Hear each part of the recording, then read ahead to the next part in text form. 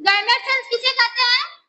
जो single sales होती है, सिंगल सेल्स। देखो एक आया, एक मेरा कौन सा है, मैटरनल क्रोमोसोम, ऐसा क्रोमोसोम जो माता से मिला है।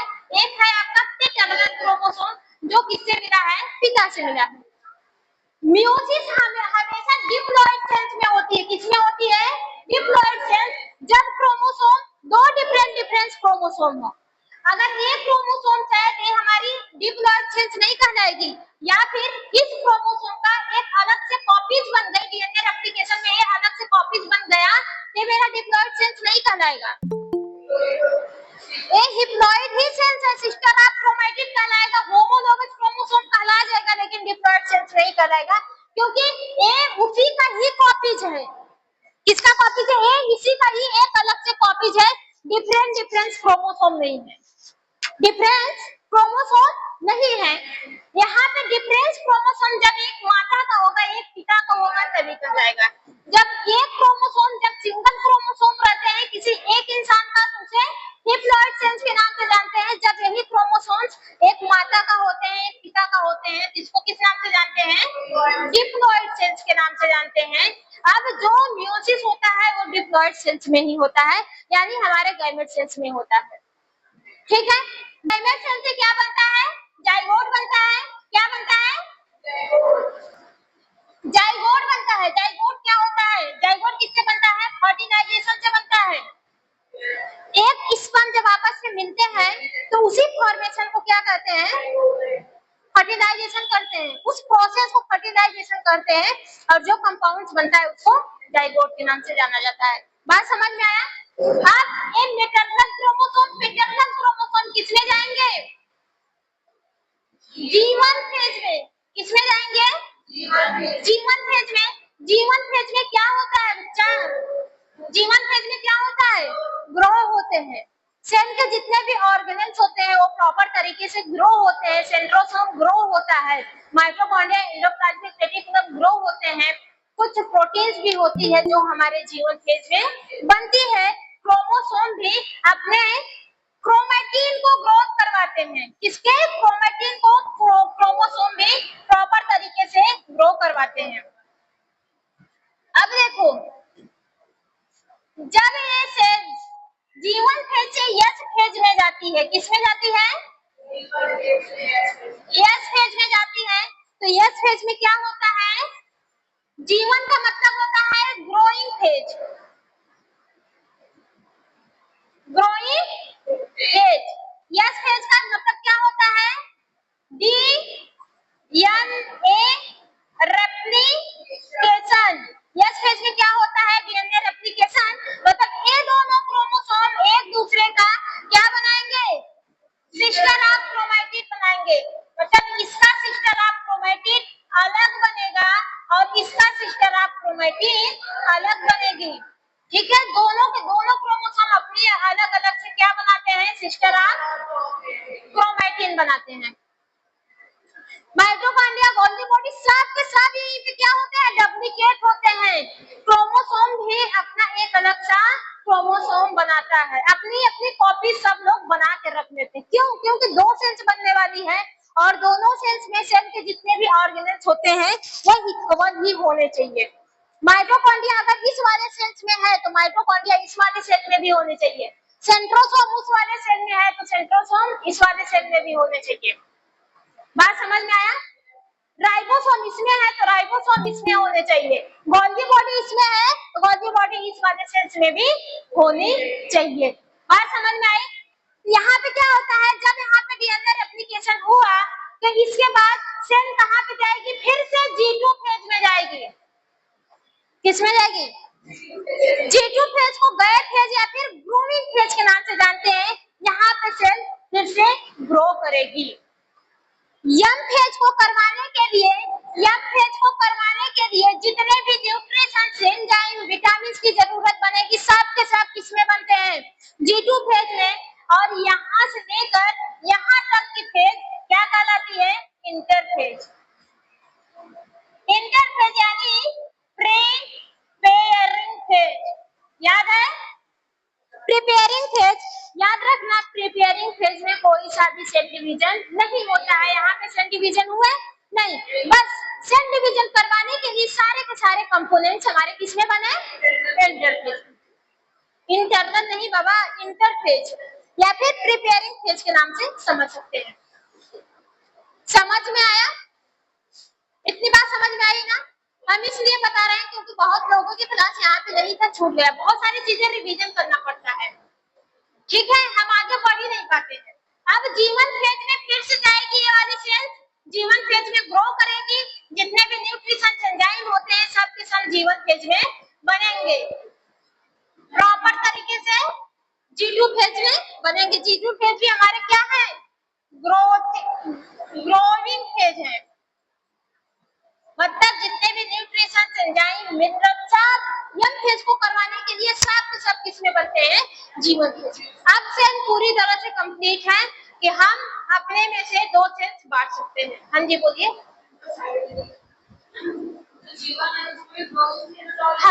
हाँ, दोनों का जो जीवन है G2 है, G0 है, इसका फुल फॉर्म होता है गैप फेज या फिर ग्रोइंग फेज। इसमें सेल्स हमारी सिर्फ और सिर्फ ग्रोथ करती हैं। सेल्स क्या करती हैं? सिर्फ ग्रोथ करती है। क्या हुआ जी? कोई आया था क्या?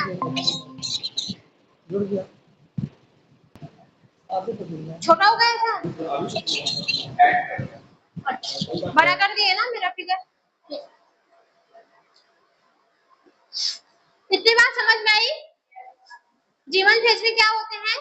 जीवन G2 G0, G0 उसके लिए रखा है, G0 फेज उस सेल के लिए होता है जो सेल्स कहती है अब हम अपना ग्रो नहीं करेंगे। मतलब हमारे ब्रेन की जो सेल्स होती है वो मेटाबॉलिकली एक्टिव तो रहती है, वो अपने काम को परफॉर्म तो करती है लेकिन अपनी संख्या को नहीं बढ़ाती है।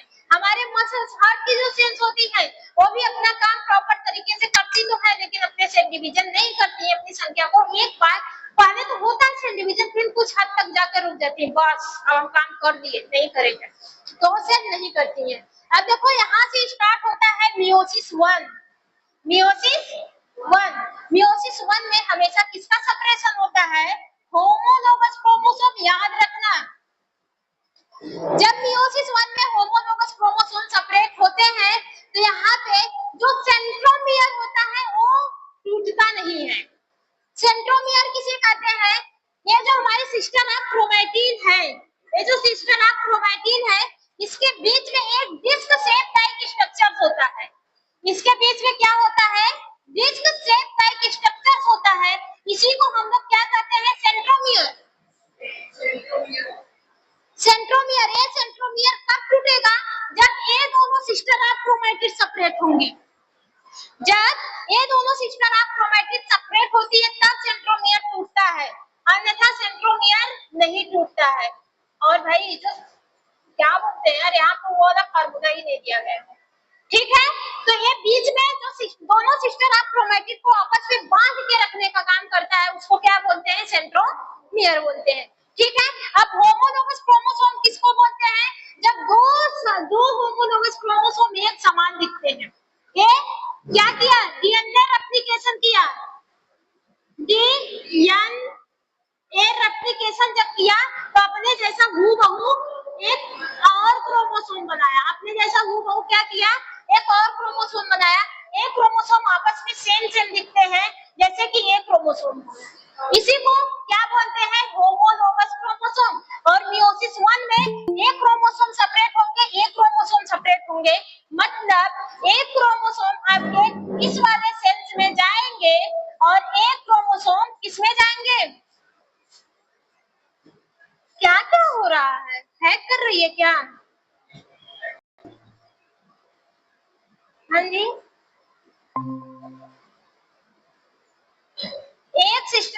एक होमोलोगस क्रोमोसोम इसमें जाएंगे। समझ में आ रहा है? इसका जब मियोसिस 1 होगा, मियोसिस 1 में याद रखना हमेशा किसका सेपरेशन होता है भाई? होमोलोगस क्रोमोसोम का सेपरेशन होता है। मियोसिस 1 स्टार्ट हुआ, एक होमोलोगस क्रोमोसोम यहाँ पे, एक होमोलोगस क्रोमोसोम वहां पे, मतलब होमोलोगस क्रोमोसोम सेपरेट होते हैं। जो सेंट्रोमियर होता है उसका कोई भी इन्वॉल्वमेंट नहीं होता है, वो वहां पे नहीं टूटता है। फिर इसके बाद स्टार्ट होता है मियोसिस। मियोसिस सेकेंड में किसका सेपरेशन होता है? सिस्टर ऑफ क्रोमैटिन का।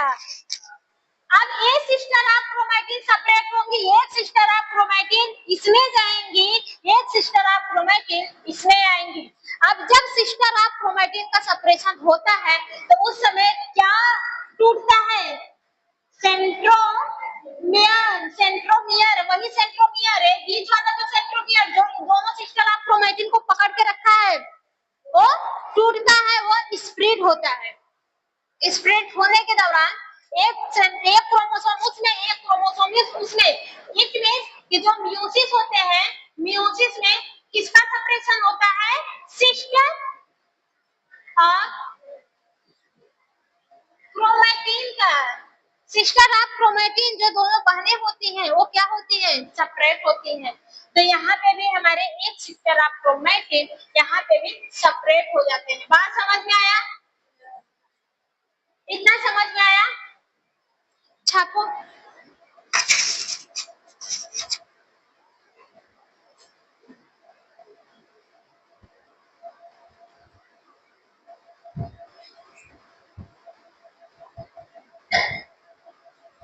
प्रति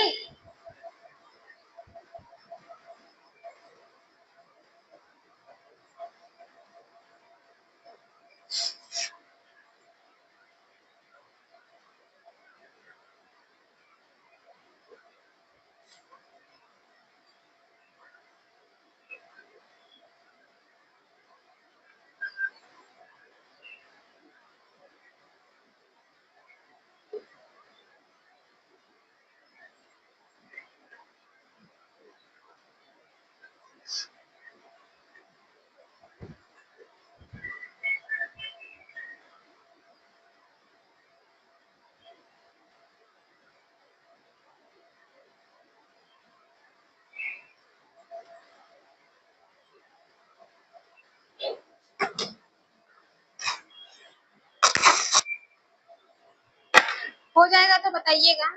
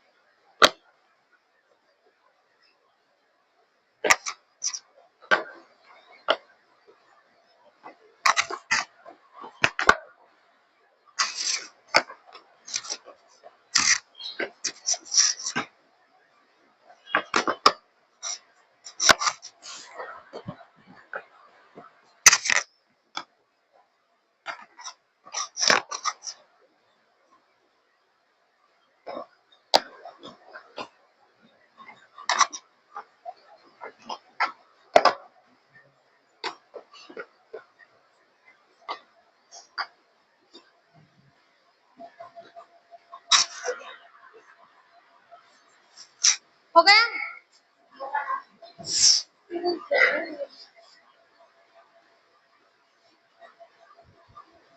अच्छा, यहाँ पे कितने लोग जुड़े हैं?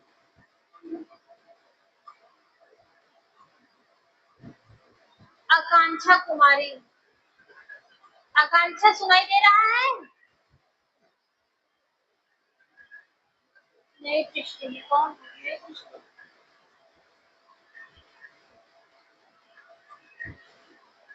कौन कौन जुड़े हैं मम्मा? नई दृष्टि के साइड से भी कोई जुड़ा है?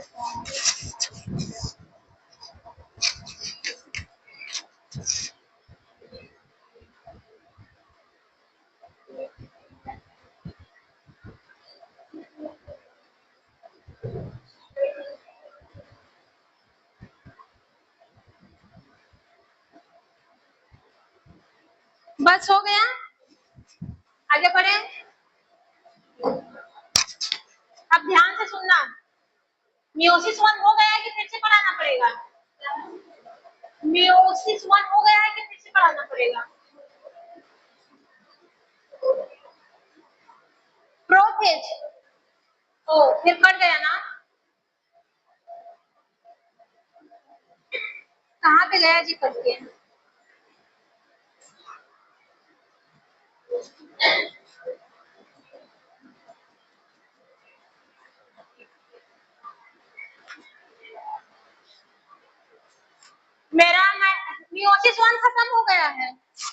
मियोसिस 2 पढ़ेंगे।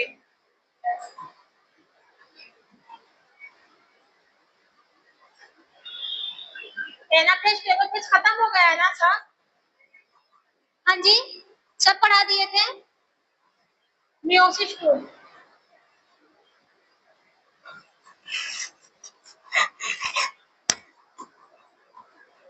देखो, बीच में आता है एक रेस्टिंग फेज। क्या आता है? Resting phase. रेस्टिंग फेज में क्या होता है? सेल्स रेस्ट करती हैं। एक तो होमोलोगस क्रोमोसोम का डिवीजन किया है, दोनों सिस्टर ऑफ क्रोमैटिड सब कुछ बन गए, बढ़ गए। रेस्ट करने के दौरान क्या क्या होता है पता है कि नहीं? एक मिनट, हम बता ही दे रहे हैं।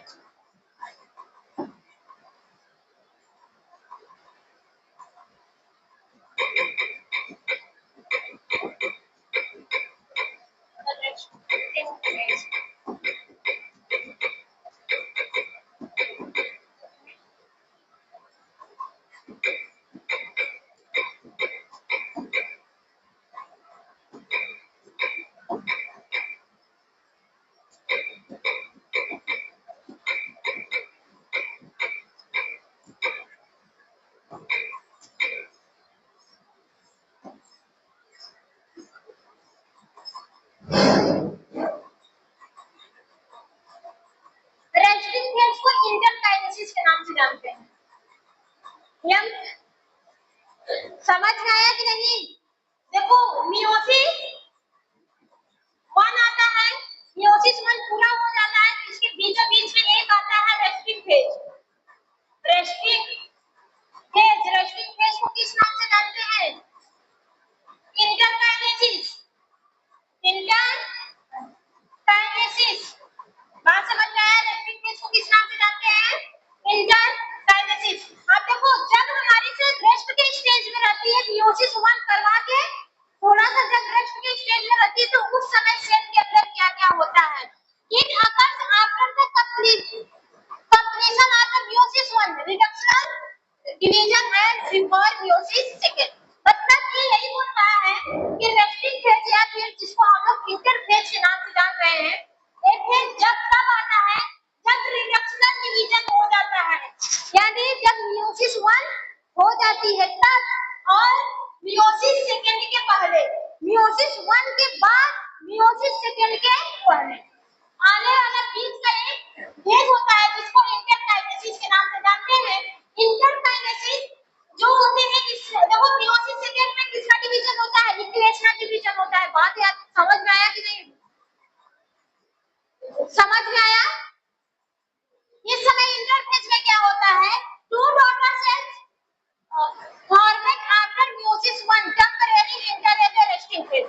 जितने टू डॉटर सेल्स होती है जो बनी होती है होमोलोगस क्रोमोसोम जो आपस में बने होते हैं, उससे क्या होता है कि जो मियोसिस होते हैं वो सेल्स क्या होती है? रेस्टिंग फेज में चली जाती है। किसमें चली जाती है? रेस्टिंग फेज में। रेस्टिंग फेज में जब जाती है तो उस समय क्या होता है? No DNA replication, DNA replication नहीं होता है, याद रखना, ठीक है? इसके अलावा chromosome remain as a condense state. Chromosome फिर से कंडेंस के स्टेट में, मतलब धातुमय संरचना में बन जाते हैं। Thus cell prepare of the second mitosis division. Cell proper तरीके से प्रिपेयर होने लगती है सेकंड माइटोसिस डिवीजन में, ठीक है? It is usually a very short phase and may be absent in the some organisms। ये यही बोल रहा है कि ये थोड़ा सा शॉर्ट फेज होता है। बहुत ही हमारे सेल डिवीजन में लगने वाले टाइम कितने होते हैं? एक ह्यूमन बॉडी में एक सेल 2 सेल में कन्वर्ट होती है, उसमें प्रॉपर तरीके से लगने वाला टाइम 24 आवर्स होता है। अगर मियोसिस में लगने वाला टाइम कितना है? 24 आवर्स है। तो इसमें से कितना कितना टाइम लेता है? 20 आवर्स का टाइम हमारा मियोसिस 1 लेता है, और जो बचा 4 आवर्स का टाइम वो लेता है मियोसिस सेकंड। इसीलिए बोल रहा है meiosis second very short phase है, इसमें जो टाइम लगता है वो बहुत ही कम लगता है। लेकिन इस समय हमारे सेल्स के बहुत सारे ऑर्गेनेल्स होते हैं जो क्या होते हैं? एब्सेंट होते हैं, नहीं बन पाते हैं। समझ में आया? अब चलो चलते हैं किसमें? समझ में आया कि नहीं आया? इंटरफेज इंटरकाइनेसिस फेज को किस नाम से जानते हैं? इंटरकाइनेसिस फेज को किस नाम से जानते हैं? रेस्टिंग फेज के नाम से जानते हैं। इस समय क्या होता है? रेस्टिंग फेज मेगा इंटरफेज 1 और इंटरफेज 2 के बीच वाला फेज होता है। ठीक है, इसमें जो डॉटर सेल्स होती है वो प्रॉपर तरीके से रेस्ट करती है, इसमें कोई भी डीएनए रेप्लिकेशन नहीं होता है। ठीक है, जो सेल्स होती है वो प्रिपेयर होती है मियोसिस 2 करने के लिए। मियोसिस 1 करके आती है, मियोसिस 2 करने के लिए क्या होती है? प्रिपेयर होती है। इसके अलावा इसमें जो टाइम लगता है, मियोसिस सेकंड बहुत जल्दी हो जाता है, इसमें बहुत ज्यादा टाइम नहीं लगता है, बहुत ही जल्दी क्या होता है? हो जाता है। ठीक है, अब इसके बाद हमारा आता है मियोसिस 2। अरे यार भगना मत। मियोसिस 2 रेस्टिंग फेज खत्म। मियोसिस 2 को बोला है, मियोसिस 2 को इक्वेशनल डिवीजन के नाम से जानते हैं। समझ में आ रहा है? इक्वेशनल डिवीजन किसके कहते हैं? जब क्रोमोसोम नंबर इक्वल इक्वल दोनों सेल्स में डिवाइड होते हैं तो उसको इक्वेशनल डिवीजन कहते हैं। रिडक्शनल डिवीजन में जब क्रोमोसोम नंबर कम हो जाते हैं, जैसे यहाँ पे 6 क्रोमोसोम का जब क्या हुआ? डीएनए रेप्लिकेशन हुआ तो कितनी संख्या हो गई? 12 हो गई। क्रोमोसोम हमारे डबल डबल हो गए। 6 क्रोमोसोम इसमें चले गए, 6 क्रोमोसोम इसमें, मतलब यहाँ पे जो क्रोमोसोम है वो इक्वल इक्वल डिवाइड किए हैं और एक क्रोमोसोम हूबहू मैच करते हैं अपने पेरेंट सेल से। लेकिन इसी को क्या कहते हैं? इक्वेशनल सेल डिवीजन के नाम से जानते हैं। किसके नाम से जानते हैं? Equational cell division. Reductional cell division में जब 6 क्रोमोसोम डीएनए रेप्लिकेशन करते हैं तो 12 क्रोमोसोम बनाते हैं, लेकिन इसमें हमारे 4 डॉटर सेल्स बनती है। कितने डॉटर सेल्स बनती है? 4 डॉटर सेल्स बनती है। अब इसमें आधे आधे क्रोमोसोम जाते हैं। 3 के 12 क्रोमोसोम का नंबर कितना हो जाएगा? घट के 3 आ जाएगा। हालांकि पेरेंट्स सेल का क्रोमोसोम क्या था? 6 था, तो यहाँ पे क्रोमोसोम नंबर घटा, 3 आया और इक्वेशनल में क्रोमोसोम इक्वल इक्वल है।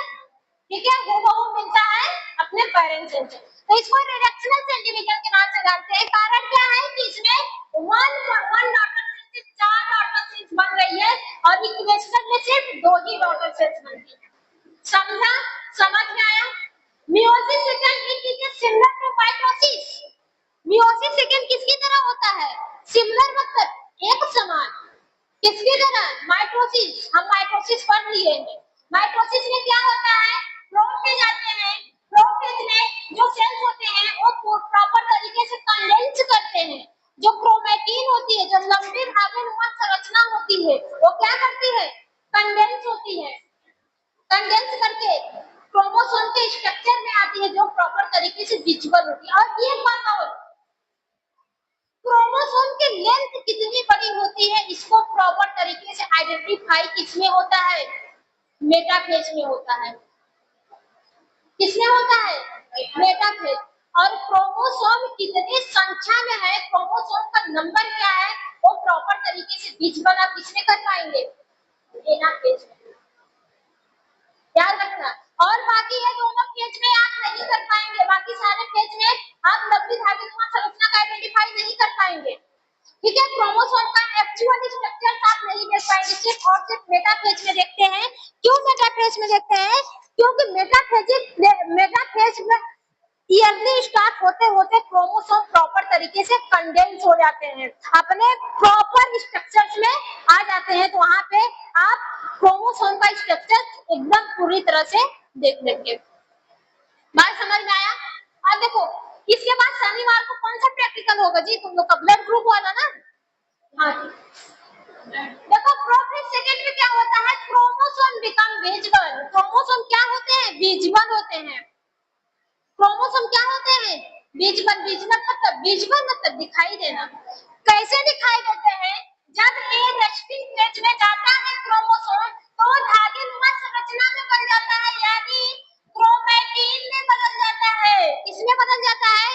क्रोमैटिन का। जब यही क्रोमोसोम मियोसिस 1 करके आता है, मियोसिस 1 में होमोलोगस क्रोमोसोम सेपरेट होते हैं, यही होमोलोगस क्रोमोसोम इंटर कर जाते हैं इंटरकाइनेसिस फेज में, यानी रेस्टिंग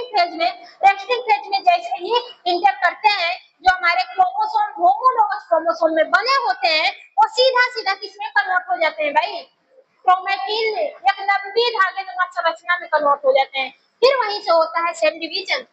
यही से क्या होता है, सेल डिवीजन। फिर से ये क्रोमोसोम कंडेंस होते हैं, कंडेंस होकर अपने प्रॉपर तरीके से बीजबद्ध स्ट्रक्चर में आते हैं। किसमें आते हैं, बीजबद्ध स्ट्रक्चर्स में क्रोमोसोम आते हैं। स्पिंडल फाइबर फॉर्म और जो सेंट्रोसोम होते हैं, जो सेंट्रोसोम होते हैं उसमें स्पिंडल फाइबर फॉर्म्स होते हैं, यानी सेंट्रोसोम में स्पिंडल फाइबर बनते हैं। चलो फिर से देखते हैं, ये सेल है। जब ईयरली स्टेज स्टार्ट हुआ मेरा प्रोफेज का, तो इसके बीचों बीच में प्रेजेंस क्रोमोसोम लंबी धागे नुमा संरचना में बन जाते हैं। इट मींस कि क्रोमैटिन का फॉर्मेशन हो जाता है। जब प्रोफेज सेकेंड का लास्ट स्टेज आता है तो उस समय ये जो क्रोमोसोम होते हैं वो कंडेंस होने लगते हैं। क्या होने लगते हैं, कंडेंस होने लगते हैं। यानी कंडेंस होकर, कंडेंस मतलब क्या होता है, सिकुड़ना, सिकुड़ कर प्रॉपर स्ट्रक्चर्स में आने लगते हैं। सिकुड़ कर प्रॉपर क्रोमोसोम के स्ट्रक्चर्स में हमको बीजबद्ध होने लगते हैं, मतलब दिखाई देने लगते हैं कि इससे अब क्या बनेगा, एक क्रोमोसोम बनेगा। क्रोमोसोम बनेगा लेकिन उसके साथ साथ एक सिस्टर ऑफ क्रोमैटिन भी बनेगी। क्यों बनेगी, क्योंकि यहाँ पे किसका सेपरेशन होने वाला है, होमोलोगस क्रोमोसोम जो ऑलरेडी इस फेज में था। जब कंडेंस हुआ, जब अपने धागे नुमा संरचना में बदला, जब सिस्टर ऑफ क्रोमैटिन में फॉर्म हुआ, नहीं सॉरी, जब क्रोमैटिन में बदला, तब जब इसका कंडेंस होगा ये इसी रूप में आएगा, इसी रूप में आएगा। यही तो क्या है हमारे homologous chromosome, sister of chromatin, यही है ना। न्यूक्लियर मेम्ब्रेन नहीं सकी है, और इसमें जो ये न्यूक्लियर मेम्ब्रेन देख रहे हैं आप, ये जो न्यूक्लियर मेम्ब्रेन है जिसमें, जिसके अंदर क्रोमोसोम प्रेजेंस है, ये धीरे धीरे क्या होगी, डिसअपीयर, मतलब कि मिटने लगेगी। धीरे धीरे क्या होगी, मिटने लगेगी। कैसे मिटाए समझ ही नहीं आ रहा है, मोटा हो रहा है। ठीक है, ये धीरे धीरे जो न्यूक्लियर मेम्ब्रेन है वो डिसअपीयर हो जाती है। इसके बाद आता है मेटाफेज। प्रोफेज 1 में क्या होता है, क्रोमोसोम कंडेंस होते हैं। प्रोफेज 1 में क्रोमोसोम कंडेंस होते हैं, क्रोमोसोम के स्ट्रक्चर्स में बीजबद्ध होते हैं। स्पिंडल फाइबर का फॉर्मेशन होता है। किसका फॉर्मेशन होता है, स्पिंडल फाइबर का फॉर्मेशन होता है। स्पिंडल फाइबर पोल की तरफ मूव करने लगते हैं। ठीक है, धीरे धीरे घूमते घूमते कहां पे जाएंगे, एक सेंट्रल में जाएंगे। सेल के एक स्पिंडल फाइबर यहाँ पे, एक स्पिंडल फाइबर यहाँ पे, सेंटर में जाएंगे और वहां से मतलब सेंट्रोसोम सेंटर पे जाएंगे, वहां से स्पिंडल फाइबर का फॉर्मेशन होने लगता है। फिर जो न्यूक्लियर मेम्ब्रेन होती है वो डिसअपीयर हो जाती है। कितनी बात याद रखना। फिर इसके बाद क्या आता है,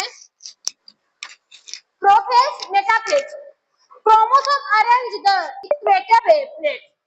क्रोमोसोम क्या होते हैं, इक्वेटर प्लेट पे अरेंज हो जाते हैं। ये सेल है, न्यूक्लियर मेम्ब्रेन, इसी के बीचों बीच में न्यूक्लियर मेम्ब्रेन थी। जो न्यूक्लियर मेम्ब्रेन क्या हो गई, डिसअपीयर हो गई। न्यूक्लियर मेम्ब्रेन डिसअपीयर हो गई। मेटाफेजिक प्लेट में इक्वेटर का फॉर्मेशन होता है, मतलब इसके बीचों बीच में किसका फॉर्मेशन होता है, एक प्लेट बनते हैं जिसको हम लोग इक्वेटर बोलते हैं। अब इसी इक्वेटर प्लेट पे क्रोमोसोम आके सेपरेट होते हैं। क्रोमोसोम आके क्या होते हैं, सेपरेट होते हैं। कितने क्रोमोसोम है भाई, दो कि एक,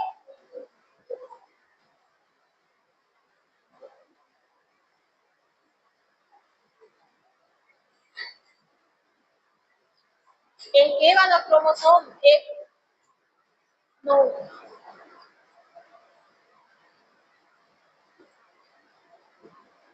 समझा, समझ में आया, कंफ्यूज मत होना। वही दोनों क्रोमोसोम है, होमोलोगस क्रोमोसोम। ठीक है, मेटाफेजिक प्लेट पे क्या होते हैं, अरेंज हो जाते हैं। फिर इसके बाद इसमें एक और होता है जो स्पिंडल फाइबर होते हैं। स्पिंडल फाइबर वो अटैच होते हैं, अटैच, और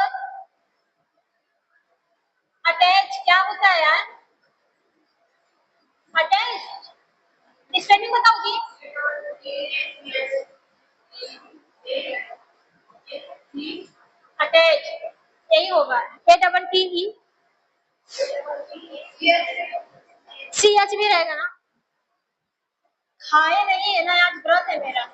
फिर से बोलो, ATT, हाँ, H अटैच्ड हो जाते हैं।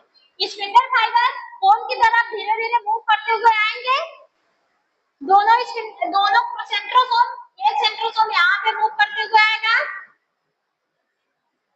एक सेंट्रोसोम। यार क्यों होमोलोगस क्रोमोसोम का फॉर्मेशन करवा रही हो? यहाँ पे भी हम लोग एक ही क्रोमोसोम को, एक मिनट, गलत बता रही हूँ। दिमाग मेरा आज नहीं काम करेगा, पहले बता देते हैं, कम काम करेगा, साथ देना। मेटाफेजिक प्लेट का फॉर्मेशन हुआ, होमोलोगस क्रोमोसोम आके इसमें सेपरेट हो गए। हाँ जी, यही था, होमोलोगस क्रोमोसोम आके सेपरेट हो गए। इसके अलावा जो सेंट्रोसोम है वो धीरे धीरे मूव करते करते कोन की तरफ आ गए हैं। इसमें से फॉर्मेशन हो रहा था किसका? स्पिंडल फाइबर का। ये स्पिंडल फाइबर अटैच हो जाते हैं किससे? सेंट्रोमियर से। ये जो बीच वाला स्ट्रक्चर है इसको क्या करते हैं? सेंट्रोमियर। अब इसके बाद आता है एनाफेज। एनाफेज में क्या बोल रहा है? Centromere divided, sister chromatid separated. Centromere divide हो जाता है, सेंट्रोमियर टूट जाता है, मतलब कि यहाँ पे जो सिस्टर ऑफ क्रोमैटिड रखती है, सिस्टर ऑफ क्रोमैटिड जो यहाँ पे अटैच्ड है, इसके बीच में जो सेंट्रोमियर होता है वो स्प्रेड हो जाता है, टूट जाता है। सब समझ में आया? ये सेंट्रोमियर टूटने लगते हैं। अब एक स्पिंडल फाइबर होता है, इसको अपनी तरफ खींच के लेकर जाएगा, इसको अपनी तरफ, मतलब दोनों सिस्टर ऑफ क्रोमैटिड सेपरेट होते हुए दिखाएंगे, एक दूसरे से जुदा होते हुए दिखाएंगे, एक दूसरे से अलग होते हुए दिखाएंगे। एक स्पिंडल फाइबर ऊपर की तरफ लेके भागेगा, एक स्पिंडल फाइबर नीचे की तरफ लेके भागेगा।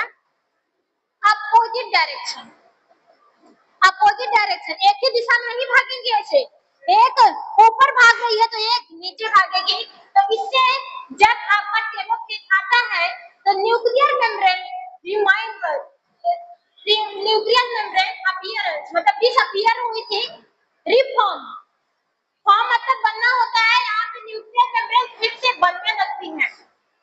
देखो सिस्टर ऑफ क्रोमैटिड बन गई, हाँ जी, मेटाफेजिक प्लेट गायब हो गया, न्यूक्लियर मेम्ब्रेन का फॉर्मेशन होने लगा, दोबारा सा न्यूक्लियर मेम्ब्रेन फॉर्म होने लगे, सेंट्रोमियर एक, सेंट्रोसोम एक, वहां पे एक सेंट्रोसोम यहाँ पे, क्योंकि 4 हिप्लॉइड सेल्स आर फॉर्म और 4 हिप्लॉइड सेल्स बनेगी। किसकी किसकी? 2 तो इसकी बनी, 2 उस वाले होमोलोगस का बनी, 4 बनेगी। अभी हम किसका बताए? सिर्फ एक मियोसिस एक सेल्स का होमोलोगस बताएं, सेम यही उसके साथ भी होगा, 4 डिप्लॉयड सेल्स बनेंगे। अभी हम कितना बनाएंगे? 2 बनाएंगे, यहाँ से एक न्यूक्लियस यहाँ पर आएंगे, ये भी हमारे स्प्रेड हो जाएंगे प्रॉपर तरीके से, 2 सेल्स बन जाएंगे, 4 हिप्लॉयड सेल्स बनेगी। क्या बनेगी? हिप्लॉयड सेल्स। इसमें क्रोमोसोम हमारे सिंगल होंगे। समझ में आया? इंपॉर्टेंस की बात कर ले, maintain chromosome number in organelle.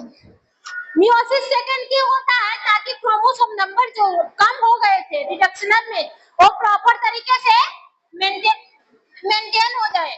जो ऑर्गेनल्स है, सेल ऑर्गेनिज्म, जो जितने भी ऑर्गेनिज्म है उसमें क्रोमोसोम नंबर मेंटेन हो जाए, produce gametes for the sexual reproduction, और सेक्सुअल रिप्रोडक्शन के दौरान एक गैमेट सेल्स बन जाए, जो कि हम लोग जाइगोट बनाते हैं, वो प्रॉपर तरीके से बन जाए।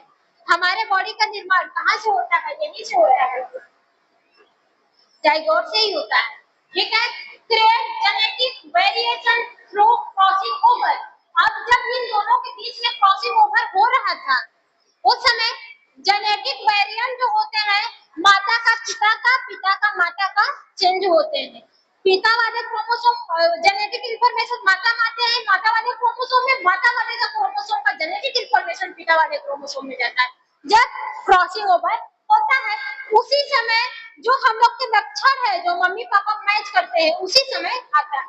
ठीक है, health in innervation and adaptation. Adaptation क्या होता है?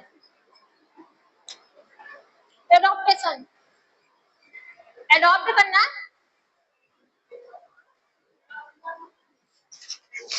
एक सरोगेट माँ का नाम सुनी हो? सरोगेट माँ, सरोगेट मदर का नाम सुनी हो? किसे कहते हैं? सरोगेट माँ। देखो, एक में भी शायद एक ब्लड AB और AB, अगर माता का ब्लड AB है, पिता का भी ब्लड AB है, तो उससे सिर्फ एक ही संतान पैदा होती है, सिर्फ पहली संतान पैदा होती है। बाकी जितने भी संतान आएंगे या 8वें महीने में एक्सपायर हो जाती है। कहते हैं ना, एक बच्चे के बाद बच्चा ही नहीं हुआ इनको, या तो बच्चा होगा ही नहीं या तो फिर बच्चा होगा तो भी वो एक्सपायर हो जाएगा। ये साइंटिफिक रीजन है। क्या है साइंटिफिक रीजन? है सिर्फ उस माता और पिता का अगर ब्लड ग्रुप AB है। अब AB पॉजिटिव है, AB नेगेटिव है, क्या है मैं बाद में बताऊंगी जब ब्लड ग्रुप बताऊंगी। मतलब मेरा यही कहने का मतलब है, अगर ब्लड ग्रुप A माता का भी है AB, अगर पिता का भी ब्लड ग्रुप AB है तो उससे सिर्फ एक ही संतान होगी, उसको फिर बाद में संतान ही नहीं होगी।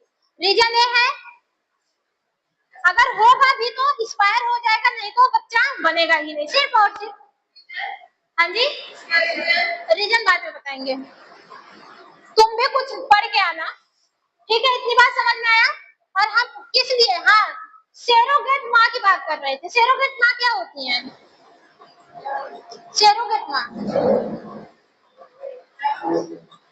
सुने हो? 12 में बहुत अच्छे से पढ़ाया जाता है। सरोगेट माँ क्या होती है?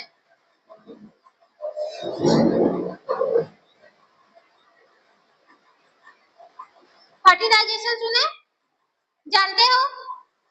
सरोगेट माँ में जो फर्टिलाइजेशन होता है वो पेट के अंदर नहीं होता है, मतलब हाँ, ओवरी में नहीं होता है, उसको लैब में फर्टिलाइजेशन करके, हाँ, जो जाइगोट का फॉर्मेशन होता है, पहले जो सरोगेट माँ होती है, सरोगेट माँ में जाइगोट का जो फॉर्मेशन होता है वो ओवरी में नहीं होता है।